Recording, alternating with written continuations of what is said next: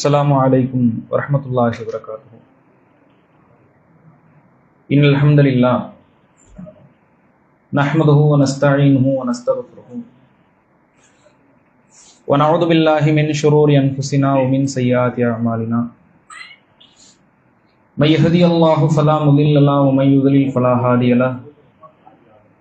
وأشهد أن لا إله إلا الله وأشهد أن محمدا عبده ورسوله. قال ربي اشرح لي صدري ويسر لي أمري واحلل عقدة من لساني يفقهوا قولي. أما بعد. அன்பார்ந்தவர்களே, அல்லாஹ்வினுடைய அன்பும் அருளும் என்றும் வற்றிவிடாத கிருபையும் கருணையும் நாம் உயிரிலும் உயர்வாக உபசரிக்கிற அண்ணலும் பெருமகனார் நபிகள் நாயகம் ஸல்லல்லாஹு அலைஹி வஸல்லம் அவர்கள் மீதும், அன்னவர்களது மார்க்கத்தை மக்கள் மன்றத்தில் கொண்டு போய் சேர்த்த அத்துணை நபி தோழர்கள் தோழியர்கள் மீதும், நபி அவர்களது சொல் செயல் அங்கீகாரங்களை நம் கை சேர்க்க பாடுபட்ட, அதற்காக வேண்டி ஆகப்பெறும் நேரங்களை ஒதுக்கிய தாபியன்கள், தபழ் தாபியன்கள், இன்னும் ஏனைய இமாம்கள், முஸ்லிம்கள் மீதும், குறிப்பாக அருள் பொருந்திய ரமலானுடைய மாதத்தில் இரவு வணக்கங்களை நிறைவேற்றிவிட்டு மார்க்க சொற்பொழிவுகளுக்கு செவிசாய்த்து அதன்படியே செயலாற்ற வேண்டும் என்கிற உயரிய இலக்கோடு இங்கு சங்கமித்திருக்கிற நம்மவர்கள் மீது என்றும் நீடித்து நிலை பெறட்டுமாக. நபிகள் பெருமானார் ஸல்லல்லாஹு அலைஹி வஸல்லம் அவர்கள் ரமலானுடைய மாதத்தின் இறுதி 10 இரவுகளிலே ஒற்றைப்படையில் கதுருடைய இரவை நீங்கள் தேடுங்கள், கதுருடைய இரவு என்பது 1000 மாதங்களை விட சிறந்தது என்று அல்லாஹ்வால் சொல்லப்பட்டிருக்கிறது. அந்த இரவுகளிலே அல்லாஹ்வுடைய தூதர் ஒரு பிரார்த்தனை நமக்கு சொல்லி தந்திருக்கிறார்கள். அல்லாஹும்ம இன்னக அஃபுவுன் துஹிப்புல் அஃபுவ ஃபஅஃபு அன்னி. அல்லாஹும்ம இன்னக அஃபுவுன், இறைவா நீ மன்னிக்க கூடியவன், துஹிப்புல் அஃபுவ மன்னிப்பை விரும்பக்கூடியவன், ஃபஅஃபு அன்னி என்னை மன்னிப்பாயாக என்கிற பிரார்த்தனையை வழிகாட்டி இருக்கிறார்கள். இந்த இரவுகளிலே அதிகமாக அந்த பிரார்த்தனை நாம் ஓதிக்கொள்ள வேண்டும். இந்த அற்புதமான நிகழ்ச்சியில நபிகள் பெருமானார் ஸல்லல்லாஹு அலைஹி வஸல்லம் அவர்களுக்கு அற்புதமாக காட்டப்பட்டிருக்கிற மிஅராஜ் இரவுகளும் அதனுடைய படிப்பினைகளும் என்கிற தலைப்பு எனக்கு வழங்கப்பட்டிருக்கிறது. அல்லாஹ் ரப்புல் ஆலமீன் ஒவ்வொரு சமுதாயத்திற்கும் இறை தூதர்களை அனுப்பினான். அந்த இறை தூதர்கள் அந்த மக்களிடத்திலே தாங்கள் இறை தூதர்கள், இறைவனால் அனுப்பப்பட்டவர்கள் என்பதை மெய்ப்பிப்பதற்காக, நிரூபணம் செய்வதற்காக பல அற்புதங்கள் அந்த இறை தூதர்களுக்கு வழங்கப்பட்டன. அப்படி அற்புதங்கள் வழங்கப்பட்டால் மாத்திரம்தான் மக்கள் இவர்கள் இறை தூதர்கள் தான் என்று ஏற்றுக்கொள்வார்கள். அற்புதங்கள் வழங்கப்படுவதற்கான நோக்கம் என்னவென்றால், யார் யாரோ தன்னை இறை தூதர் என்று அடையாளப்படுத்தி கொண்டு நான் அல்லாஹ்வால் அனுப்பப்பட்டவன் என்று பொய் சொல்லி புரட்டு பேசி மக்களை வழிகெடுத்து விடக்கூடாது. மக்கள் அவர்களை நம்ப வேண்டும் என்றால் அல்லாஹ்வால் தான் இவர்கள் அனுப்பப்பட்டிருக்கிறார்கள் என்று அவர்கள் மெய்ப்படுத்த வேண்டும் என்றால் இறைவன் புறமிருந்து இறைவனுடைய ஆணைப்படி அவர்கள் சில அற்புதங்களை செய்ய வேண்டும். அற்புதங்கள் என்றால் என்ன? மனிதர்களினுடைய யதார்த்தத்திற்கு, வாழ்க்கைக்கு எது அப்பாற்பட்டிருக்கிறதோ, அன்றாட மக்கள் எதை காணுகிறார்களோ, எதை யதார்த்தமாக பார்த்து கொண்டிருக்கிறார்களோ, அதற்கு அப்பாற்பட்ட விஷயங்களை அற்புதமாக அல்லாஹ்வினுடைய ஆணைப்படி அந்த மனிதர்கள் செய்யும் பொழுது அந்த சமுதாயம் இவர்கள் இறை தூதர்கள் தான். ஏன்னா மக்களுடைய செயல்பாடுகளை போல் அந்த செயல்பாடுகள் இல்லை. அன்றாட காலமாக மக்கள் எதை நாம் பார்த்து கொண்டிருக்கிறோமோ அதற்கு அப்பாற்பட்ட செயல்பாடாக இருக்கு. இவ்வளவு காலமாக இப்பேற்பட்ட ஒரு செயல்பாடை நாங்கள் பார்த்தது இல்லை என்று மக்கள் மெய்ப்பிப்பதற்காக நபிமார்களுக்கு அற்புதங்கள் வழங்கப்பட்டது. அப்படி பல அற்புதங்கள் பல இறை தூதர்களுக்கு வழங்கப்பட்டது. நபி மூசா அலைஹிஸ்ஸலாம் அவர்களை எடுத்துக்கொண்டால், மூசா அலைஹிஸ்ஸலாம் அவர்களுக்கு கடல் 2ஆக பிளந்தது, பாறைகள் உடைக்கப்பட்டு அதிலே நீரூற்றுக்கள் பெருக்கெடுக்கப்பட்டது, இறந்தவர்கள் உயிருடன் எழுப்பப்பட்டிருக்கிறார்கள். நபி மூசா அலைஹிஸ்ஸலாம் அவர்களுடைய சமுதாயத்திற்கு மேலே தூர் சினாய் மலை உயர்த்தப்பட்டது. இதுவெல்லாம் இன்னைக்கு நம்ம சாதாரணமாக பார்க்கக்கூடிய காட்சிகளா? கடல் பிளந்து நம்ம என்னைக்காவது பார்த்திருக்கிறோமா? பாறைகள் உடைந்து அதிலே நீரூற்றுகள் பெருக்கெடுக்கப்பட்டு பார்த்திருக்கிறோமா? மலைகள் நம்முடைய தலைகளுக்கு மேலே உயர்த்தப்பட்டு பார்த்திருக்கிறோமா? இது எந்த காட்சிகளையும் நாம் பார்த்ததில்லை. ஆனால் அந்த இறை தூதர்களுக்கு அற்புதங்களாக வழங்கப்பட்டது. நபி சுலைமான் அலைஹிஸ்ஸலாம் அவர்களை எடுத்துக்கொண்டோமே ஆனால், எறும்பு இன்ன பிற ஜீவராசிகள் பேசியதை எல்லாம் சுலைமான் அலைஹிஸ்ஸலாம் அவர்கள் காதில் கேட்டது. பறவைகளை அல்லாஹ் ரப்புல் ஆலமீன், இன்ன பிற ஜீவராசிகளை, காற்றை அல்லாஹ் ரப்புல் ஆலமீன் சுலைமான் அலைஹிஸ்ஸலாம் அவர்களுக்கு வசப்படுத்தி கொடுத்திருந்தான். அப்ப இது மாதிரியான அற்புதங்கள் இந்த இறை தூதர்களுக்கு வழங்கப்படுவதனுடைய நோக்கம் என்னன்னா, இந்த மக்கள் இந்த அற்புதங்களை பார்த்து இவர்கள் இறை தூதர் தான் என்று ஏற்றுக்கொள்ள வேண்டும் என்று அந்த நபிமார்களுக்கு வழங்கப்பட்டது. அப்படி அல்லாஹ்வுடைய ரசூலுக்கும் அற்புதங்கள் வழங்கப்பட்டது. என்னென்ன அற்புதங்கள் வழங்கப்பட்டது? ரசூல் ஸல்லல்லாஹு அலைஹி வஸல்லம் அவர்கள் சொன்னார்கள், ஊதீது வஹ்யன் அவ்ஹல்லாஹு இலைய, எனக்கு வழங்கப்பட்டிருக்கிற அற்புதம் என்பது அல்லாஹ் அறிவித்து கொடுத்திருக்கிற வகி செய்திதான், இந்த திருமறை குர்ஆன் தான் அப்படின்னாங்க ரசூலுல்லாஹ். அப்ப இந்த திருமறை குர்ஆன் என்பது யதார்த்தத்திற்கு அப்பாற்பட்ட வார்த்தைகளையும் வாக்குகளையும் தான் உள்ளடக்கி இருக்கிறது. இந்த திருமறை குர்ஆனை படிக்கும் பொழுது மற்ற புத்தகங்களை படிப்பதற்கும் இந்த திருமறை குர்ஆனை படிப்பதற்கும் மலைக்கும் மடுவுக்குமான சமானங்கள் இருக்கிறது. திருமறை குர்ஆனை படிக்கின்ற பொழுது அதிலே உள்ள கருத்துக்கள் பல மனிதர்களினுடைய உள்ளத்திலே மாற்றத்தை ஏற்படுத்தி இருக்கிறது. பல கோடிக்கணக்கான மனிதர்களை இந்த திருமறை குர்ஆன் வென்றெடுத்திருக்கிறது. அதனால் ரசூல் ஸல்லல்லாஹு அலைஹி வஸல்லம் அவர்கள் இந்த திருமறை குர்ஆன் எனக்கு வழங்கப்பட்டிருக்கிற அற்புதம் என்றார்கள். வாழும் காலத்தில் ரசூல் ஸல்லல்லாஹு அலைஹி வஸல்லம் அவர்கள் பல அற்புதங்கள் பண்ணாங்க. நிலவை அல்லாஹ்வுடைய தூதர் பிளந்தார்கள். மக்கத்து காஃபிர்கள் எல்லாம் பார்க்கும்படி ரசூல் ஸல்லல்லாஹு அலைஹி வஸல்லம் அவர்கள் நிலவை இரண்டாக பிளந்தார்கள். இன்னைக்கு அப்படி நிலவை இரண்டாக பிளந்திருக்கிற காட்சியில நம்ம பார்க்கிறோமா? நிலாவுக்கு போறாங்க, நிலாவுக்கு போய் நிலாவுல வீடு கட்ட முடியுமா? நிலாவுல தண்ணி இருக்குதா? நிலாவுல ஹோட்டல் கட்ட முடியுமா? அப்படிங்கறத பார்த்துட்டு வந்துடுறான். நிலா பிளந்த காட்சி யாரும் இன்னைக்கு என்ன செய்யல, பார்க்கல. ஆனா ரசூல் ஸல்லல்லாஹு அலைஹி வஸல்லம் அவர்கள் அந்த அற்புதத்தை செய்தார்கள். அதே போன்று அல்லாஹ்வுடைய தூதருடைய உமிழ் நீர் இருக்கு பாருங்க. சஹாபாக்கள் எல்லாம் சில போர்க்களங்களுக்கு போகும் பொழுது அவங்களுக்கு உணவு பற்றாக்குறையாக இருக்கும், போதிய உணவுகள் அவர்களுக்கு இருக்காது. அது மாதிரியான நேரங்களில் ரசூல் ஸல்லல்லாஹு அலைஹி வஸல்லம் அவர்கள் தன்னுடைய உமிழ் நீர் மூலமாக, எச்சில் நீர் மூலமாக அதுல பரக்கத்தை ஏற்படுத்தினாங்க அல்லாஹ்வுடைய நாட்டத்தின்படி. இப்படியான அற்புதங்களை அல்லாஹ்வுடைய தூதர் செய்திருக்கிறார்கள். அதே போல பள்ளிவாசல்ல ஒளு செய்யணும். ஒளு செய்யறதுக்கு பாத்தீங்கன்னா சின்ன கோப்பையில தான் தண்ணி இருக்கு. அந்த சின்ன கோப்பையில இருந்து எத்தனை பேர் ஒளு செய்ய முடியும்? ஒரு ஆள் கூட என்ன செய்ய முடியாது, ஒளு செய்ய முடியாது. இன்னைக்கு ஒளு செய்யக்கூடிய ஆட்களை பாத்தீங்கன்னா ஒளு செய்ய சொன்னா குளிச்சுட்டு வந்துருவாங்க. ஒரு பக்கெட் தண்ணி கூட ஒளு செய்யறதுக்கு போத மாட்டேங்குது. அப்ப ஒரு சின்ன கோப்பையில இருந்து எப்படி அவ்வளவு பேர் ஒளு செய்ய முடியும்? ஒளு செய்ய முடியாது. ரசூல் ஸல்லல்லாஹு அலைஹி வஸல்லம் அவர்கள் தன்னுடைய உமிழ் நீரை கொண்டு அற்புதம் செய்தார்கள். ஒரு பெருங்கொண்ட கூட்டமே அந்த சிறு கோப்பையிலிருந்து ஒளு செய்தார்கள். அப்ப இப்படியான அற்புதங்கள் அல்லாஹ்வுடைய தூதர் ஸல்லல்லாஹு அலைஹி வஸல்லம் அவர்களுக்கும் வழங்கப்பட்டிருக்கிறது. அந்த அற்புதங்களில், அந்த யதார்த்தத்திற்கு அப்பாற்பட்ட காரியங்களில் மிக பிரசித்தி பெற்ற இஸ்லாமிய வரலாற்றில் மிக அழகான ஒரு சம்பவம் என்னவென்றால், அல்லாஹ்வுடைய தூதர் மியராஜ் இரவுக்கு அழைத்து செல்லப்பட்டார்கள். மியராஜ் அப்படின்னு சொல்றோம்ல, இந்த மியராஜ் அப்படிங்கிற வார்த்தைக்கு உண்டான நேரடி பொருள் என்னன்னா ஏணிப்படின்னு அர்த்தம். மியராஜ் அப்படிங்கிற இந்த வார்த்தைக்கு உண்ட பொருள் என்னன்னா ஏணிப்படி, ஏறுவதற்கான கருவி என்று பொருள். ஏன் இந்த சம்பவத்திற்கு, இந்த நிகழ்வுக்கு மியராஜ் என்று பெயர் வந்தது? ரசூல் ஸல்லல்லாஹு அலைஹி வஸல்லம் அவர்கள் ஒரே இரவுல என்ன செய்யப்பட்டாங்க? பைத்துல் முகத்தஸிற்கு அழைத்து செல்லப்பட்டு அங்கிருந்து விண்ணுலகத்திற்கு அழைத்து செல்லப்பட்டார்கள். இந்த அற்புதத்தை கொண்டுதான் மியராஜ் அப்படிங்கிற அந்த வரலாற்றுக்கு பெயர் வந்திருக்கிறது. அதே போன்று இன்னொரு பெயர் ஒன்று இருக்கிறது, இஸ்ரா. இஸ்ரா அப்படின்னாலும் பயணித்தல், ஏறி செல்லுதல் என்பது பொருள். அப்ப இந்த வரலாற்றுக்கு இஸ்ரா அப்படிங்கிற பொருளும் பெயரும் இருக்கிறது, மியராஜ் அப்படிங்கிற பெயரும் இருக்கிறது. அல்லாஹ் ரப்புல் ஆலமீன் திருமறை குர்ஆன்ல 17வது அத்தியாயத்துல 1வது வசனமாக சொல்லி காட்டுகின்றான், சுபஹானல்லதி அஸ்ரா பி அப்திஹி லைலம் மினல் மஸ்ஜிதில் ஹராம் இலல் மஸ்ஜிதில் அக்ஸல்லதி பாரக்னா ஹவுலஹு. எதனுடைய சுற்றுப்புறத்தை நாம் பரிசுத்தப்படுத்தினோமோ அந்த பகுதியான ஜெருசலத்திற்கு, பைத்துல் முகத்தஸிற்கு ஒரே இரவில் மஸ்ஜிதுல் ஹராமையிலிருந்து அழைத்து சென்ற இறைவன் தூய்மையானவன். ஒரே இரவுல அல்லாஹ் ரப்புல் ஆலமீன் என்ன செய்யறான்?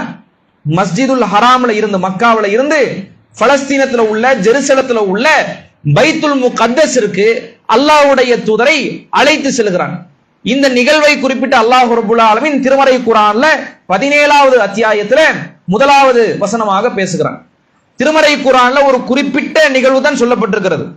அல்லாஹ்வுடைய ரசூல மஸ்ஜிதுல் ஹராம்ல இருந்து மஸ்ஜிதுல் அக்ஸா வரைக்கும் என்ன செஞ்சோம், அழைச்சிட்டு போனோம் அப்படிங்கிற ஒரு குறிப்பிட்ட இந்த நிகழ்வு மட்டும்தான் சொல்லப்பட்டிருக்கிறது. இதை தாண்டி பல நிகழ்வுகள் என்ன செய்யப்பட்டிருக்கிறது, ஹதீஸ்கள்ல சொல்லப்பட்டிருக்கிறது. நம்ம தொடர்ச்சியாக அதை பார்க்க இருக்கிறோம்.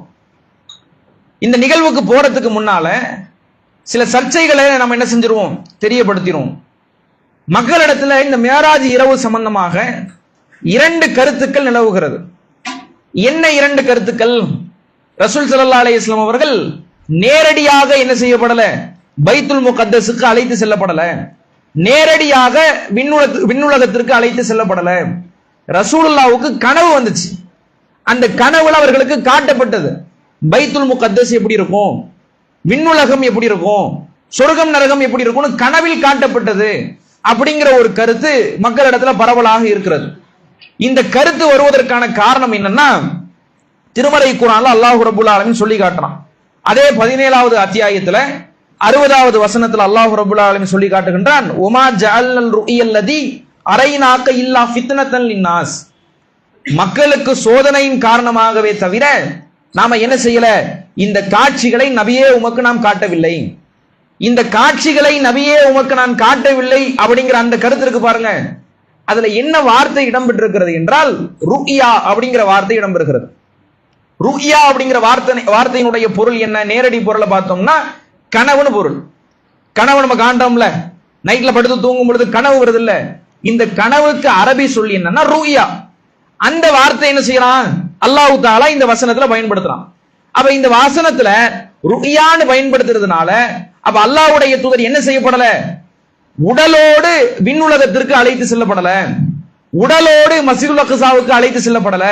ரசூலுல்லாஹ் கனவு கண்டாங்க, அந்த கனவுல என்ன செய்யப்பட்டது, இந்த காட்சிகள் எல்லாம் காட்டப்பட்டது அப்படிங்கிற நம்பிக்கை, அப்படிங்கிற விளங்கல் மக்களுக்கு மத்தியில இருக்கு. ஆனா ருயா அப்படிங்கிற அந்த வார்த்தை இருக்கு பாருங்க, இந்த வார்த்தைக்கு கனவு அப்படிங்கிற பொருள் இருந்தாலும் நேரடியாக பார்த்தல் அப்படிங்கிற பொருளும் இருக்கிறது. இதை நம்ம எப்படி முடிவு பண்றோம், இந்த வசனத்திற்கு இப்னு அப்பாஸ் ரதியல்லாஹு அன்ஹு அவர்கள் விளக்கம் அளிக்கிறாங்க. இந்த செய்தியை நீங்க பாத்தீங்கன்னா சஹீஹுல் புகாரியில 3888வது இலக்கத்தில் இடம்பெறுகிறது. இப்னு அப்பாஸ் அவர்கள் ருயா அப்படிங்கிற வார்த்தைக்கு என்ன விளக்கம் அளிக்கிறாங்கன்னா, ருயா ஐன், இந்த ருயாங்கிற வார்த்தையினுடைய பொருள் என்னன்னா நேரடியாக பார்க்கிறது. நம்ம நேரடியாக, இப்ப நான் உங்களை பார்க்கிறேன்ல, நீங்க என்ன பார்க்கறீங்க, இந்த பார்த்தலுக்கு பேர் என்னது, ருயா. ருயாங்கிற வார்த்தைக்கு என்ன பொருளும் இருக்கிறது, ருயா ஐன், கண்ணால் நேரடியாக பார்த்த பொருளும் இருக்கிறது அப்படின்னு இப்னு அப்பாஸ் ரலியல்லாஹு அன்ஹு விளக்கம் அளிக்கிறாங்க. பொதுவாக சஹாபாக்களினுடைய விளக்கம் அது மார்க்கத்திற்கு குர்ஆன் சுன்னாவிற்கு ஒத்ததாக இருந்தா என்ன செய்வோம், நாம ஏற்றுக்கொள்வோம். இந்த விஷயத்தை பொறுத்த வரையிலையும் இப்னு அப்பாஸினுடைய விளக்கத்தை நம்ம என்ன செய்யல, ஏத்துக்கல. ஒரு மொழி, அந்த மொழிக்குண்டான பொருள் என்ன, இதை யாரு சொல்லணும், அந்த மொழியை படித்தவர்கள் தான் சொல்ல முடியும். இப்ப சஹாபாக்களில் ஒருவர் ருயா அப்படிங்கிற அந்த மொழிக்கு, அந்த வார்த்தைக்கு என்ன பொருள் சொல்றாரு, ருயா ஐன், அந்த ருயாங்கிற வார்த்தைக்கு நேரடியாக பார்த்தல் அப்படிங்கிற பொருளும் இருக்கு அப்படிங்கிறாங்க. அப்ப ரசூல் ஸல்லல்லாஹு அலைஹி வஸல்லம் அவர்கள் என்ன செய்யப்படல, கனவில் அவர்களுக்கு காட்டப்படவில்லை. அல்லாஹ்வுடைய தூதர் உடலோடு என்ன செய்யப்பட்டார்கள், மஸ்ஜிதுல் அக்ஸாவிற்கு அழைத்து செல்லப்பட்டார்கள். மஸ்ஜிதுல் அக்ஸாவில இருந்து விண்ணுலகத்திற்கு அழைத்து செல்லப்பட்டார்கள். அப்படி அழைத்து செல்லப்படுறதுனால தான் அல்லாஹ் என்ன சொல்றான், இல்லா ஃபித்னத்தல் லின்னாஸ். அப்படி அவர்கள் உடலோடு அழைத்து செல்லப்பட்டதுனால தான் மனிதர்களுக்கு அதை எப்படி ஆக்கி இருக்கிறோம், சோதனையாக ஆக்கி இருக்கிறோம். இப்ப அற்புதம்னா நம்ம எதை சொல்லுவோம், நம்ம நேரடியாக போனாதான் அற்புதமாகும். நம்ம கனவுல எதை வேணாலும் பார்க்கலாம்ல. கனவுல நமக்கு திடீர்னு சுவிட்சர்லாந்துல இருந்த மாதிரி கனவு வரும், திடீர்னு உம்ரா பண்ண மாதிரி கனவு வரும், திடீர்னு ஹஜ் பண்ண மாதிரி கனவு வரும். ஒரே இரவுல ஹஜ் பண்ணிட்டு மக்கள் இடத்துல சொன்னா நம்ம இது கனவு தானப்ப, கனவுங்கிறது யாருக்கு வேணா வருமே. கனவுல சுவிட்சர்லாந்து மட்டுமா போக முடியும், நிலாவுக்கு கூட போகலாம், விண்ணுலகத்துக்கு கூட போகலாம்னு சொல்லிடலாம். அப்ப அல்லாஹ்வுடைய தூதர் என்ன செய்யப்படவில்லை, கனவில் அவர்களுக்கு காட்டப்படவில்லை. அவர்கள் நேரடியாக உடலோடு என்ன செய்யப்பட்டார்கள், விண்ணுலகத்திற்கு அழைத்து செல்லப்பட்டார்கள். அல்லாஹ் தஆலா ஏன் ஃபித்னத்தல் லின்னாஸ்னு சொல்றாங்க, இது அப்படி என்ன மக்களுக்கு சோதனை இருக்கு அப்படிங்கிற கேள்வி நமக்கு வரலாம். ரசூலுல்லாஹ் மஸ்ஜிதுல் அக்ஸாவுக்கு அழைத்து செல்லப்பட்டாங்க, மேராஜ் பயணம் என்று விண்ணுலகத்திற்கு அழைத்து செல்லப்பட்டார்கள். இந்த பயணத்துல மக்களுக்கு என்ன சோதனை இருக்கு அப்படிங்கிற கேள்வி நமக்கு எழலாம். என்ன அப்படின்னா, ரசூல் ஸல்லல்லாஹு அலைஹி வஸல்லம் அவர்கள் எப்போது விண்ணுலகத்திற்கு அழைத்து செல்லப்படுகிறார்கள்? மக்காவுல முதல் முறையாக இஸ்லாத்தை பிரச்சாரம் பண்றாங்க. பல வருட காலங்கள் பிரச்சாரம் பண்றாங்க. அப்படி பிரச்சாரம் பண்ணும் பொழுது எக்கச்சக்க எதிர்ப்பு அலைகள் அல்லாஹ்வுடைய ரசூலுக்கு வருது. அல்லாஹ்வுடைய ரசூலும் பல எதிர்ப்புகளை சந்திச்சாங்க, நபி தோழர்களும் பல எதிர்ப்புகளை சந்திச்சாங்க. இப்படி எதிர்ப்புகளை எல்லாம் சந்தித்துக் கொண்டிருக்கும் பொழுது அல்லாஹ்வுடைய தூதர் மியராஜ் இரவுக்கு அழைத்து செல்லப்பட்டாங்க. ஒரு இரவுல அழைத்து செல்லப்பட்டு வந்தார்கள். வந்து மக்களிடத்துல இதை சொல்லும் பொழுது சில மக்கள்லாம் என்ன பண்ணிட்டாங்க தெரியுமா?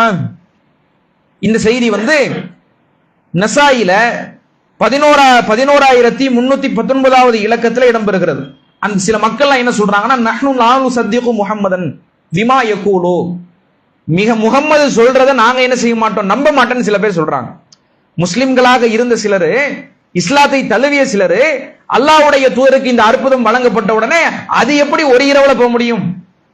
ஒரு இரவுல மியராஜ் விண்ணுலகம் பயணம் செல்வதற்கு, ஒரு இரவுல மஸ்ஜிதுல் அக்ஸா செல்வதற்கு சாத்தியமே படாது அப்படின்னு சொல்லி என்ன பண்ணாங்க, சில மக்கள்லாம் மறுத்தாங்க. ஃபர்தத்து, அவர்கள் மதம் மாறி சென்று விட்டார்கள். இஸ்லாத்துக்கு மறுபடியும் என்ன பண்ணிட்டாங்க, காஃபிர்களாகவே மாறிவிட்டார்கள். இவர்கள் குறித்து அல்லாஹ்வுடைய ரசூல் சொல்லும் பொழுது, ஃபலரபல்லாஹு அஅனாகஹும் மா அபீ ஜஹல், பத்ர் களத்துல அபூஜஹலோடு இவர்கள் அனைவர்களும் கழுத்து துண்டிக்கப்பட்டு கொல்லப்பட்டார்கள். இந்த மேராஜனுடைய பயணத்தை யாரெல்லாம் மறுத்தாங்களோ, யாரெல்லாம் நம்பலையோ, மறுபடியும் வந்த வழியை நோக்கி திரும்ப சென்றார்களோ, அந்த மக்களை குறித்து ஹதீஸ்களில் வந்திருக்கிறது, பத்ர் களத்துல அபூஜஹலோடு அவர்கள் கொல்லப்பட்டார்கள், அவர்களினுடைய கழுத்துக்கள் துண்டிக்கப்பட்டது. அப்ப அதனால தான் அல்லாஹ் ரப்பல் ஆலமீன் என்ன செஞ்சிருக்கிறான்னா, இதை மக்களுக்கு ஒரு சோதனையாக வச்சிருக்கிறான். ஒரு இறை தூதர் வந்தாரு, மார்க்கத்தை சொன்னாரு, அதை வரைக்கும் நீ நம்பின. ஆனா அவருக்கு ஒரு அற்புதம் வழங்கப்பட்டது, அவரு மேராஜுக்கு அழைத்து செல்லப்பட்டாரு. அப்படி அழைத்து செல்லப்பட்டது நீ என்ன செய்யல, நம்ப மறுத்த. அதுக்காக வேண்டி அல்லாஹ் ரப்பல் ஆலமீன் என்ன செஞ்சான், ஒரு சோதனையாக தன்னுடைய சமுதாயத்திற்கு இதை கொடுத்தான். இது மாதிரி அல்லாஹ் தஆலா நிறைய விஷயங்கள்ல செஞ்சிருக்கிறான். மக்காவில இருந்து அல்லாஹ்வுடைய தூதர் ஹிஜ்ரத் பண்ணி மதீனாவுக்கு வந்தாங்க. மதீனாவுல பாத்துக்கிட்டீங்கன்னா அங்க பெரும்பான்மையாக யூதர்கள் இருந்தாங்க. அப்ப யூதர்களை நம்ம என்ன செய்யணும், அவர்களுக்கு இஸ்லாத்தின் மீது ஒரு நல்ல அபிப்பிராயம் ஏற்படணுங்கிறதுக்காக பைத்துல் முகத்தஸ் நோக்கி என்ன செஞ்சாங்க, ரசூலுல்லாஹ் தொழுதாங்க. மக்காவை நோக்கி தொழுதுகிட்டு இருந்தாங்க. பிறகு மதீனாவுக்கு வந்த உடனே 6 மாத காலம் என்ன செஞ்சாங்க, பைத்துல் முகத்தஸ் நோக்கி தொழுதாங்க. பைத்துல் முகத்தஸ் நோக்கி தொழுகும் பொழுது யூதர்களுக்கெல்லாம் ஒரே சந்தோஷம், பரவாயில்லையே நம்ம மதத்துல எந்த ஆலயம் புனிதப்படுத்தப்பட்டிருக்குதோ அதை நோக்கி என்ன செய்யறாரு, முகமது தொழுகிறாரு. அப்படியே 2 சாரார்களுக்கு மத்தியில, யூதர்களுக்கும் முஸ்லிம்களுக்கும் மத்தியில ஒரு இணக்கம் உருவாச்சு. அப்ப இந்த இணக்கத்தினால நிறைய பேர் என்ன பண்ணாங்க, இஸ்லாத்தை தழுவுனாங்க. பரவாயில்ல, இவர் நம்ம மதத்தை புனிதப்படுத்துறாருன்னு யூதர்கள் எல்லாம் இஸ்லாத்தை தழுவுனாங்க. ஒரு 6 மாதம் போகுது. அல்லாஹ்வுடைய ரசூலுக்கு என்ன விருப்பம்னா, மக்காவை நோக்கி தொழுகிறது தான் விருப்பம். நம்ம மக்காவை நோக்கி தொழுகணும்.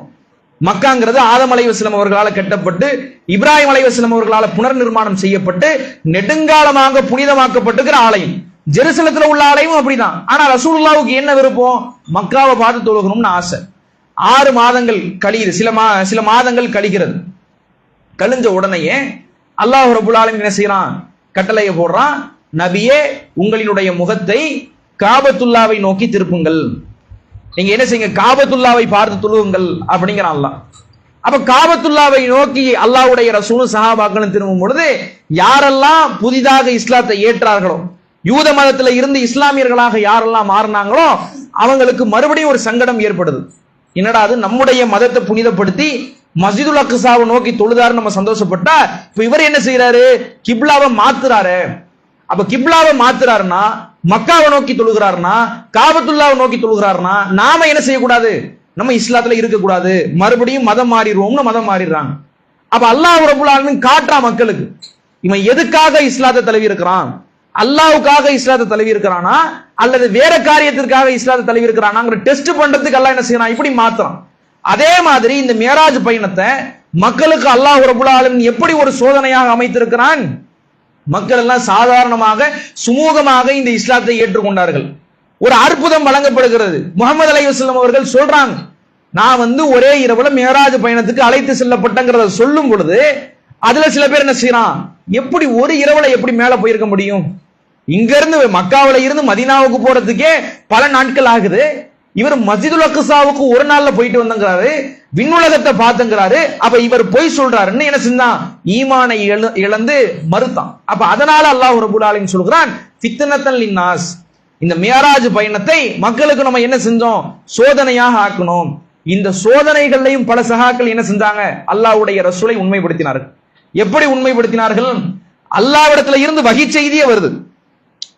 முஸ்லிம்களுடைய நம்பிக்கை என்னன்னா, நம்ம எப்படி நம்பிக்கிட்டு இருக்கோம்? அல்லாஹ்வுடைய ரசூலுக்கு அல்லாஹ்விடத்துல இருந்து வஹி செய்தி வருது. அல்லாஹ்விடத்துல இவர் பேசிக் கொண்டிருக்கிறார், அல்லாஹ்வுடைய தூதுவராக இவர் இருக்கிறார். அதையே நம்பும் பொழுது மேராஜ் பயணங்கிறது, மஸ்ஜிதுல் அக்ஸாவுக்கு பயணம் செய்வது என்பது இது அல்லாஹ்வால் வழங்கப்பட்டிருக்கிற அற்புதம். இது அல்லாஹ்வால சாத்தியமானதுதான். கடலை பிளக்க தெரிஞ்ச அல்லாஹ்வுக்கு, நெருப்பை குளிராக மாற்ற தெரிஞ்ச அல்லாஹ்வுக்கு, செத்தவனை உயிர்ப்பிக்க தெரிஞ்ச அல்லாஹ்வுக்கு இது சாத்தியமானதுதான் அப்படிங்கறத சஹாபாக்கள் என்ன செஞ்சாங்க? புரிந்து இதை நம்பினார்கள். அப்ப அல்லாஹ் ரப்பல் ஆலமீன் இந்த மேராஜ் இரவை என்ன சொல்கிறான்? இதை மக்களுக்கு நாம் ஒரு சோதனையாக ஆக்கினோம் அப்படிங்கிறான். அப்ப இதற்கு பிறகு என்ன செய்யப்படுகிறது? அல்லாஹ்வுடைய தூதர் எப்படி எல்லாம் அழைத்து செல்லப்பட்டார்கள், என்னென்ன விஷயங்கள் எல்லாம் அவர்களுக்கு காண்பிக்கப்பட்டது, அதிலே உள்ள படிப்படைகள் என்ன என்பதை ஒவ்வொன்றாக பார்ப்போம். புகாரியில 3207வது இலக்கத்தில் இடம்பெற்றிருக்கிற செய்தி. அதுல ரசூல் ஸல்லல்லாஹு அலைஹி வஸல்லம் அவர்கள் காபத்துல்லாவுல படுத்து தூங்கிக்கிட்டு இருக்கிறாங்க. காபத்துல்லாவுல படுத்து உறங்கி கொண்டிருக்கிறார்கள்.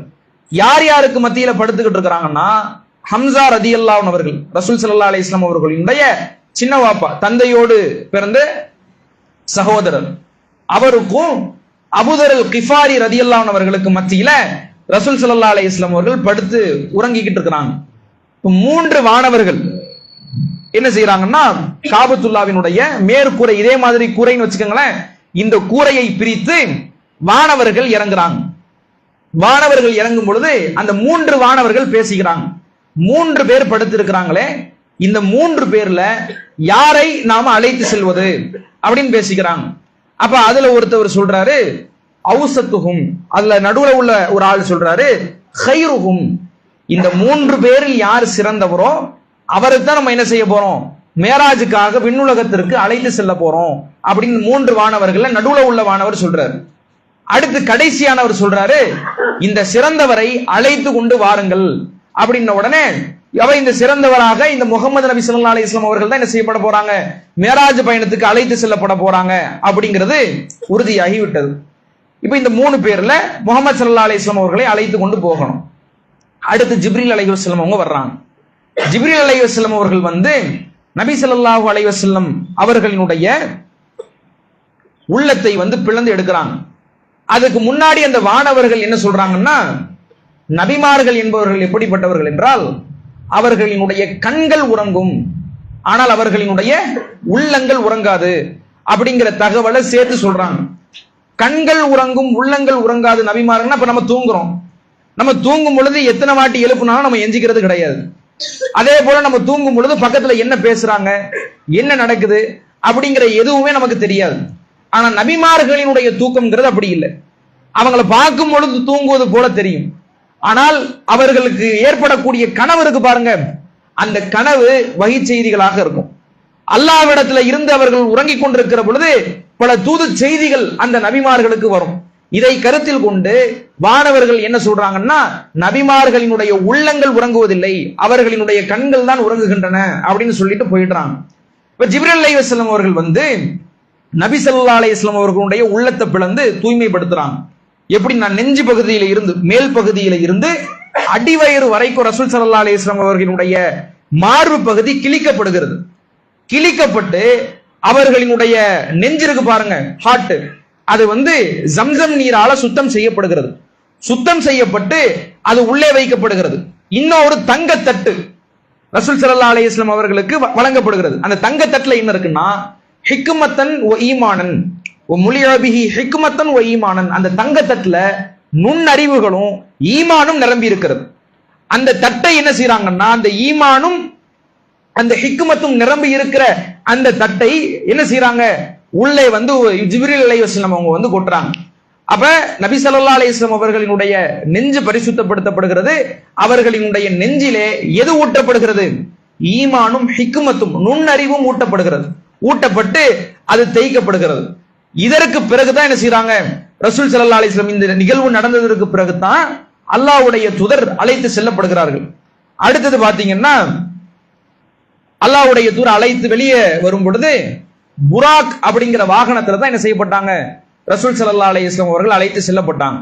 புராக் அப்படிங்கிற வாகனம்னா என்ன, அல்லாஹ்வுடைய தூதர் சொல்லும் பொழுது அது கோவேரி கழுதையை விட சிறியது, கழுதையை விட பெரியது. கோவேரி கழுதைன்னா கிராஸ் பிரீடு, குதிரைக்கும் கழுதைக்கும் பிறந்ததுதான் என்னது, கோவேரி கழுதை.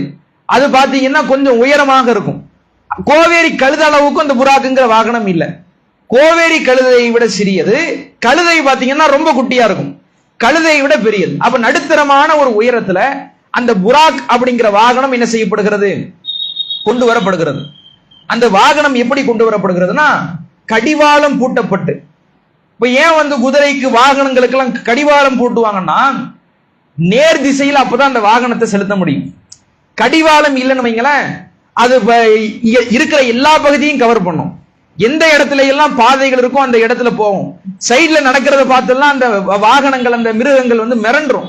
அப்ப அதனால கடிவாளம் பூட்டப்பட்டு சேனமிடப்பட்டு, சேனம் அப்படிங்கிறது உட்கார்ந்து போறதுக்கு வசதியாக, அந்த முடிகள் குத்தும் வழுக்கும். அப்ப என்ன செய்வாங்கன்னா அந்த வாகனத்துக்கு மேல சேனம் விடுவாங்க. அப்ப அந்த வாகனம் எப்படி வரப்படுகிறது, சேனமிடப்பட்டு கடிவாளம் பூட்டப்பட்டு அந்த வாகனம் அல்லாஹ்வுடைய தூதருக்கு கொண்டு வரப்படுகிறது. ஜிப்ரீல் அலைஹிஸ்ஸலாம் அவர்கள் தான் கொண்டு வர்றாங்க. இந்த உள்ளங்கள்லாம் பிளக்கப்பட்டு கழுவப்பட்டதுக்கு பிறகு இந்த நிகழ்வு நடக்கிறது. அதற்கு பிறகு அல்லாஹ்வுடைய தூதர் ஏறுறதுக்கு ட்ரை பண்றாங்க. அந்த வாகனம் வந்துருச்சு, அந்த வாகனத்துல ஏறணும்ல, பயணிச்சு போகணும்ல, ஏறுறதுக்கு ட்ரை பண்ணும் பொழுது ரசூலுல்லாஹ்வால ஏற முடியல. புது ஆளா இருக்கணும் உடனே அந்த வாகனம் என்ன செய்யுது, கொஞ்சம் ஜெர்க்காகுது. யார் இவரு நம்ம மேல ஏறுறாங்களே அப்படின்னு சொல்லி அது கொஞ்சம் முரண்டு பிடிக்குது. அப்ப ஜிப்ரீல் அலைஹிஸ்ஸலாம் அவர்கள் சொன்னார்கள், புராக்கே, இவரை விட மதிப்பு மிக்கவர், அல்லாஹ்விடத்துல மிக மரியாதை மிக்கவர் யாரை என்ன செய்யல, உன் மீது ஏறியது இல்ல அப்படின்ன உடனே அது கொஞ்சம் சாஃப்ட் ஆகுது. அல்லாஹ்வுடைய தூதர் ஏறி உட்கார்றாங்க. அப்ப எந்த அளவுக்கு பாருங்க, ஜிப்ரீல் அலைஹிஸ்ஸலாம் அவர்கள் சொன்னார்கள், அந்த புராக் என்கிற வாகனத்தில் ஏறியவர்கள் ரசூலுல்லாவை விட அல்லாஹ்விடத்திலே மிகவும் மதிப்பு மிக்கவர் யாரும் இல்ல. அவ எந்த அளவுக்கு அல்லாஹ் ரப்பல் ஆலமீன் அல்லாஹ்வுடைய ரசூலை சிறப்புப்படுத்தி இருக்கிறாங்கிறத பாக்குறோம். எந்த அளவுக்கு அல்லாஹ் ரப்பல் ஆலமீன் அல்லாஹ்வுடைய ரசூலை மதித்திருக்கிறான் அப்படிங்கிறத பாக்குறோம். அப்புறம் ஜிப்ரீல் அலைஹிஸ்ஸலாம் அவர்கள் மூலமாக அந்த வாகனத்தில் அல்லாஹ்வுடைய தூதர் ஏறி உட்கார்றாங்க. ஏறி உட்காரும் பொழுது அந்த வாகனத்தினுடைய வேகத்தை பற்றி அல்லாஹ்வுடைய ரசூல் சொன்னார்கள். அந்த வேகம் எப்படி இருந்துச்சுன்னா, எவ்வளவு தொலைவை நோக்கி நம்முடைய பார்வை எட்டுதோ, ஒரு பெரிய வெட்ட வெளியான மைதானம் இருக்குங்க, அதை நம்ம கடைசியா பாக்குறோம்ல ஒரு பார்வை, எவ்வளவு தொலைவு இருக்கும், அந்த தொலைவுக்கு அதனுடைய முதல் அடியை வைக்குது. அப்ப எவ்வளவு வேகமா போயிருக்குன்னு பாருங்க. ஒரு இரவுல போறாங்கன்னா அப்ப அதுக்கு என்ன தேவை, கடுமையான வேகத்துல பயணிக்கக்கூடிய வாகனம் தேவை. இன்னைக்கு இருக்கக்கூடிய வாகனங்க நீங்க எடுத்துக்கோங்க, 100 சிசி 200 சிசி 300 சிசிங்கிறான். இங்க இருக்கிற டிராபிக்ல அதை ஓட்டவும் முடியாது. அப்படி ஓட்டினாலும் அந்த வாகனத்திற்கு ஈக்குவலாக என்ன செய்ய முடியாது, எந்த வாகனங்களாலையும் போக முடியாது. கண்ணுக்கு எட்டின தொலைவு அளவுக்கு என்ன செய்யப்படுகிறது, அது தன்னுடைய முதல் அடியை வைக்கிறது. இன்னைக்கு அப்படி ஒரு வாகனம் கண்டுபிடிக்கப்படவும் இல்லை, அப்படி கண்டுபிடிக்கப்படவும் முடியாது. ஏன் முடியாதுன்னா, ரசூல் ஸல்லல்லாஹு அலைஹி வஸல்லம் அவர்கள் வேகமாக பயணிக்கிறாங்க அந்த வாகனத்துல. இப்போ வேகமாக பயணிக்கணும்னு வைங்களேன், நம்ம எவ்வளவுக்கு எவ்வளோ பயணிக்கிறோமோ அவ்வளவுக்கு அவ்வளோ ஒரு வெயிட் கொடுக்கணும். எவ்வளவு ஒரு பந்தை தூக்கி போடுறோம், நம்ம எவ்வளவு தொலைவாக தூக்கி போடுறோமோ அதுக்கு ஏத்த மாதிரி பின்னாடி என்ன செய்யணும், ஒரு ரியாக்ஷன் இருக்கணும். சயின்ஸ்ல ஒரு விதி இருக்கு, every action there is an equal and opposite reaction வாங்க. ஒவ்வொரு வினைக்கும் ஒரு எதிர்வினை இருக்கு. ஒரு பொருளை எவ்வளவுக்கு எவ்வளவு வேகமா போடுறோமோ அதுக்கு ஈக்குவல் ரியாக்ஷன் என்ன செய்யணும், கொடுக்கணும். இப்ப ராக்கெட்லாம் மேல பறக்குது இல்ல, எப்படி பறக்குது, கீழே அவ்வளவு கனத்தை கொடுத்துதான் மேல ஒரு ராக்கெட்டை பறக்க விடுறான். வாகனத்துல வேகமா போறோம், ஃபர்ஸ்ட் கீர் செகண்ட் கீர்னு போட்டு தான் என்ன செய்ய முடியும், பயணிக்க முடியும். ஒரு ரியாக்ஷன் என்ன செய்யணும், கொடுக்கணும். விண்ணுலகத்திற்கு போகணும்னா அந்த புராக் வாகன அளவுக்கு ஒரு வேகமாக போகணும்னா உலகம் என்ன செய்யாது, அவ்வளவு வெயிட்டை தாங்கவே செய்யாதுங்கிறான். ஒளி வேகத்துல பயணிக்கணும். ஒளி வேகத்துல பயணிக்கிறதா இருந்தா அவ்வளவு வேகம் பயணிக்கணும்னா பூமிக்கு என்ன செய்யணும், ஒரு வெயிட் கொடுக்கணும். அந்த வெயிட்டை பூமி தாங்காது. அவ்வளவு அழுத்தத்தை இந்த பூமிக்கு கொடுப்பதற்கு எந்த ஒரு இயந்திரங்களும் கண்டுபிடிக்கப்படவில்லைங்கிறான். அப்ப அல்லாஹ்வுடைய ரசூலுக்கு இது அற்புதமாக என்ன செய்யப்படுகிறது, வழங்கப்படுகிறது. ஜெருசலத்திற்கு அல்லாஹ்வுடைய தூதர் இந்த புராக் அப்படிங்கிற வாகனத்துல தான் போறாங்க. அப்படி வாகனத்துல பயணித்துக் கொண்டு போய் கொண்டிருக்கும் பொழுது மூசா அலைஹிஸ்ஸலாம் அவர்கள் அவர்களினுடைய கபர்ல தொழுது கொண்டிருக்கிறத ரசூல் ஸல்லல்லாஹு அலைஹி வஸல்லம் அவர்கள் பார்க்கிறாங்க. இந்த செய்தியை பாத்தீங்கன்னா முஸ்லிம்ல 4379வது இலக்கத்துல இடம்பெறுகிறது. இந்த நிகழ்வை ரசூல் ஸல்லல்லாஹு அலைஹி வஸல்லம் பார்க்கறாங்க. செம்மண் குன்றுக்கு அருகில மூசா அலைஹிஸ்ஸலாம் என்ன செஞ்சிருக்காங்க, தொழுதுகிட்டு இருக்காங்க. செம்மண் குன்றுனா என்ன, குன்றுனா மலையை விட கொஞ்சம் கம்மியான உயரம் இருக்கிற ஒரு மலை. மலைனா பெருசா இருக்கும், குன்று அப்படின்னா மலையை விட கொஞ்சம் சிறுசா இருக்கும். அதுக்கு பக்கத்துல மூசா அலைஹிஸ்ஸலாம் அவர்கள் தொழுது கொண்டிருக்கிறார்கள். இத என்ன செய்வாங்கன்னா கபரு வணக்கத்துக்கு ஆதாரமாக காட்டுவாங்க. இப்ப நம்ம என்ன சொல்றோம், இறந்தவர்கள் செவியேற்க மாட்டார்கள், இறந்தவர்கள் உயிர் தெள்ள மாட்டார்கள், பர்ஸகுன் இலா யௌமி யுபஅஸூன், கியாமத் நாள் வரையிலையும் இறந்தவர்களுக்கும் நமக்கும் மத்தியில என்ன செய்யப்பட்டிருக்கு, ஒரு பெரிய திரை இருக்கு. நாம பேசுறது அவங்களுக்கு கேட்காது, அவர்கள் இறந்தவர்கள் தான், அவங்களுக்கு நம்மளால என்ன செய்ய முடியாது, எந்த தேவையும் நிவர்த்தி செய்ய முடியாதுங்கிற கொள்கையை நம்ம சொல்றோம். இப்ப இவங்க அதுக்கு எதிராக என்ன ஆதாரம் வைப்பாங்கன்னா, மூசா அலைஹிஸ்ஸலாம் இறந்துட்டாங்க. இப்ப இறந்த மூசா அலைஹிஸ்ஸலாம் அவர்கள் நின்னு தொழுதுகிட்டு இருக்கிறாங்கன்னா, அப்ப இறந்தவர்கள் என்ன செய்யலாம், உயிரோடு வரலாம், இறந்தவர்கள் நம்முடைய அழைப்பை ஏற்கலாம், நமக்கான தேவைகளை இறந்தவர்கள் என்ன செய்யலாம், நிவர்த்தி செஞ்சு கொடுக்கலாம் அப்படிங்கிற ஆதாரத்தை வைக்கிறாங்க. இப்ப அவுலியாக்கள்லாம் இருக்கிறாங்கல்ல, அதுல இன்னும் கொடூரமான உதாரணம் ஒண்ணு சொல்லுவாங்க. இப்ப நம்ம அல்லாஹ் இடத்துல டைரக்டா என்ன செய்ய முடியாது, கேட்க முடியாது. இப்ப உதாரணத்துக்கு இப்ப நமக்கு ஒரு தோசை வேணும். தோசை வேணும்னா நம்ம என்ன செய்வோம், நெருப்புல அப்படியே தோசை ஊத்துவோமா, ஊத்த மாட்டோம். நெருப்புல தோசை ஊத்தாம இடையில என்ன செய்வோம், ஒரு கல், தோசை கல் ஒண்ணு வச்சிருப்போம். அந்த தோசை கல்லுல எடுத்து மாவை ஊத்துனா தான் என்ன செய்ய முடியும், தோசை சாப்பிட முடியும். எப்படி தோசை மாவை டைரக்டா நெருப்புல ஊத்துனா தோசை வராதோ, அந்த மாதிரி நாம டைரக்டா அல்லாஹ்விடத்துல கேட்டா அந்த பிரார்த்தனை என்ன செய்யப்படாது, அங்கீகரிக்கப்படாது. அப்ப அதுக்கு என்ன செய்யணும், இறந்தவர்கள் இடத்துல கேட்கணும், அவுலியாக்கள் இடத்துல கேட்கணும். அவங்க என்ன செய்வாங்க, அல்லாஹ்விடத்துல சிபாரிசு பண்ணி நமக்கான தேவைகளை நிவர்த்தி செய்வார்கள் அப்படிங்கிற அந்த கொள்கைக்கு இதை கொண்டுட்டு வருவாங்க ஆதாரமா. இப்ப நாம என்ன கேட்கிறோம், மூசா அலைஹிஸ்ஸலாம் அவங்க எப்படி எழுந்தாங்க, ரூஹு மட்டும் எழுந்ததா, உடலோடு மூசா அலைஹிஸ்ஸலாம் அவர்கள் எழுந்தார்களா? உடலோடு, இறந்த மூசா அலைஹிஸ்ஸலாம் அவர்கள் உடலோடு எழுந்துக்கிறாங்கன்னா அப்படியான காட்சியா அல்லாஹ் ரப்பல் ஆலமீன் என்ன செய்யறான், அல்லாஹ்வுடைய ரசூலுக்கு ஏற்படுத்தி கொடுக்கிறான். இன்னைக்கு அவுலியா என்று யார் நம்பப்படுகிறார்களோ, அவுலியாக்கள் என்று யார் அறிமுகப்படுத்தப்படுகிறார்களோ, நீங்க போய் பிரார்த்திக்கிறீங்களே, நீங்க பிரார்த்திக்கும் பொழுது அவர்கள் உடலோடு உதவி செய்கிறார்களா, எப்படி உதவி செய்யறாங்க, நீங்க எப்படி நம்புறீங்க? அவுலியாவே எனக்கு பணத்தை கொடுன உடனே அவங்க பாக்கெட்ல இருந்து 500 ரூபாய் எடுத்து அப்படியே கையில கொடுக்குறாங்களா, இல்ல அல்லாஹ் கொடுக்குற மாதிரி அவுலியாக்கள் கொடுப்பாங்க நம்புறீங்களா? எப்படி அந்த நம்பிக்கை இருக்கிறதுன்னா, அவுலியாக்கள் உடலோடு எஞ்சுகிறது இல்ல, பிலா ஜசதின், உடல் இல்லாம தான் என்ன செஞ்சிருக்காங்க, அந்த அவுலியாக்கள் இறந்தவர்கள் செத்தவர்கள் எழுந்திருக்கிறாங்கிறத நம்புறாங்க. ஆனா மூசா அலைஹிஸ்ஸலாம் அவர்கள் எப்படி எழுந்தார்கள், உடலுடன் எழுந்தார்கள். அப்ப உடலுடன் எழுந்த மூசா அலைஹிஸ்ஸலாம் அவர்கள் அல்லாஹ்வுடைய ரசூலுக்கு காட்டப்பட்டார்கள் என்றால் அது ஒரு அற்புதமாக காட்டப்பட்டிருக்கிறத ஒழிய இறந்தவர்களிடத்துல நம்ம பிரார்த்தனை செய்யலாம், நம்முடைய கோரிக்கையை போய் வைக்கலாம் அப்படிங்கிறதுக்கு இந்த செய்தி எந்த விதத்திலேயும் ஆதாரமாக அமையாது. அல்லாஹ்வுடைய ரசூல் சொன்னார்கள், லஅனல்லாஹுல் யஹூத வன் நஸாரா, யூதர்களையும் கிறிஸ்துவர்களையும் அல்லாஹ் சபிக்கட்டும். ஏன், இத்தஹது குபூர் அம்பியாஹிம் மசாஜிதா, அவர்களினுடைய வணக்கஸ்தலங்களை அவர்களினுடைய அடக்கஸ்தலங்களை வணக்கஸ்தலங்களாக அமைத்துக் கொண்டார்கள். நபிமார்கள் இறந்து விட்டா இன்னைக்கு மூசா அலைஹிஸ்ஸலாம் கபர்னு வச்சிருக்காங்க. நீங்க ஜெருசலத்துல பலஸ்தீனத்துல பாத்தீங்கன்னா மூசா அலைஹிஸ்ஸலாம் அவருடைய கபர்னு கட்டி வச்சு இந்த மூசா அலைஹிஸ்ஸலாம் உடைய கபரை தான் என்ன செஞ்சாங்க, ரசூலுல்லாஹ் பார்த்தாங்கங்கறாங்க. இதுக்கு எந்த ஒரு ஆதாரமும் கிடையாது. மூசா அலைஹிஸ்ஸலாம் இங்க தான் அடக்கம் பண்ணப்பட்டாங்க, இந்த கபரை தான் ரசூலுல்லாஹ் பார்த்தாங்கிறதுக்கு எந்த ஒரு ஆதாரமும் கிடையாது. அப்ப கபர் அதை அடக்கப்படுச்சுன்னா அதோட முடிச்சுக்கணும். அதுக்கு மேல வணக்கஸ்தலமாக கட்டுறது, அதற்கு மேல ஒரு ஆலயத்தை கட்டுவது, அதை தர்காவாக கும்பிடுவது, இது யாருடைய கலாச்சாரம் என்று அல்லாஹ்வுடைய தூதர் சொன்னார்கள், யூத கிறிஸ்தவர்களுடைய கலாச்சாரம். அவர்களிலே நபிமார்கள் இறந்து விடும் பொழுது அந்த நபிமார்களினுடைய அடக்கஸ்தலங்களை வணக்கஸ்தலங்களாக ஏற்படுத்தியதனுடைய விளைவாக அல்லாஹ்வினுடைய சாபம் அவர்களுக்கு உண்டாகட்டும் என்றால் நபிமார்களினுடைய அடக்கஸ்தலங்களையே வணக்கஸ்தலங்களாக அமைக்க கூடாதுன்னா அவுலியாக்கள்லாம் ஏமாத்திரம். அந்த அவுலியாவுக்கு அல்லாஹ்வுடைய நேசர்கள் தாங்கிறதுக்கு என்ன ஆதாரம்? அவர்கள் அல்லாஹ்வுடைய நேசர்கள்ங்கிறதுக்கு ஆதாரம் இல்ல.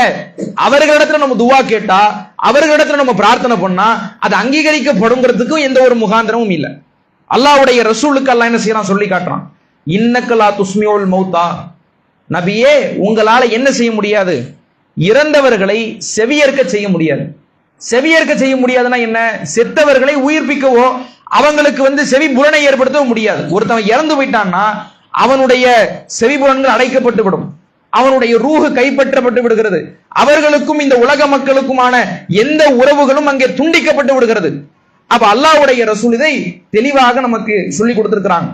அப்ப அடுத்தடுத்து பார்த்தோம்னா ரசூல் ஸல்லல்லாஹு அலைஹி வஸல்லம் அவர்கள் பைத்துல் முகத்தஸுக்கு போறாங்க, அங்க என்னென்னலாம் பார்த்தாங்க, அங்க என்னவெல்லாம் நடந்தது, அதற்கு பிறகு ரசூல் ஸல்லல்லாஹு அலைஹி வஸல்லம் அவர்கள் விண்ணுலகத்திற்கு எப்படி அழைத்து செல்லப்பட்டார்கள் அப்படிங்கறதையெல்லாம் நம்ம வரக்கூடிய நாட்கள்ல தொடர்ச்சியாக பார்ப்போம் இன்ஷா அல்லாஹ்.